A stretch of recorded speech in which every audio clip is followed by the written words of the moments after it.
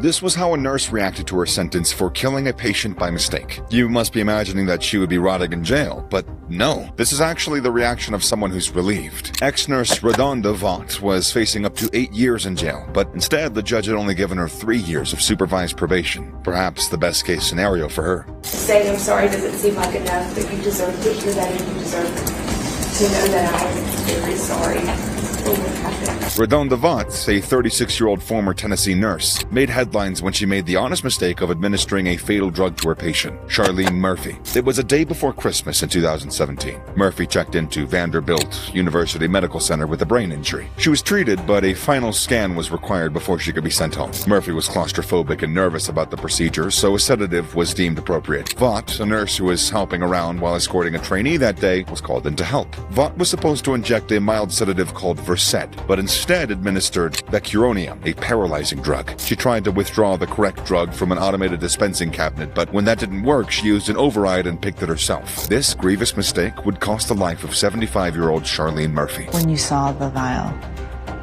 and you read what was on the vial, what goes through your head? Nothing. Your heart goes through the floor. After injecting the wrong drug, Murphy went into cardiac arrest and was resuscitated, but not without complications. The drug left her with sustained permanent brain damage and brain death. A few hours later, she was taken off life support, and she breathed her final breath. During an internal investigation, Vaught admitted her mistake. The hospital didn't report the error to the state, though, despite being required by law. Because of what happened, Vaught was fired and her license was revoked. Meanwhile, Vanderbilt negotiated an out-of-court settlement with Murphy's family, which prohibited them from publicly speaking about what had happened. This was a terrible, terrible mistake, and there have been consequences to the defendant. Serious personal consequences, financial consequences, professional consequences, and now public consequences in a criminal setting. 10 months after the tragedy, federal health officials received an anonymous tip about the incident. Vaught was charged with reckless homicide and impaired adult abuse on February 5th of 2019. In court, she entered a not guilty plea to all charges, and her defense team argued that Vanderbilt shared the blame for Murphy's death too. According to them, Vaught's fatal mistake was made possible by systematic errors in the hospital's pharmacy, which allowed nurses to routinely override safeguards. In an interview, Vaught claimed that so many things had to line up incorrectly for this error to have happened, and my actions were not alone in that. I think the whole world feels like I was a scapegoat.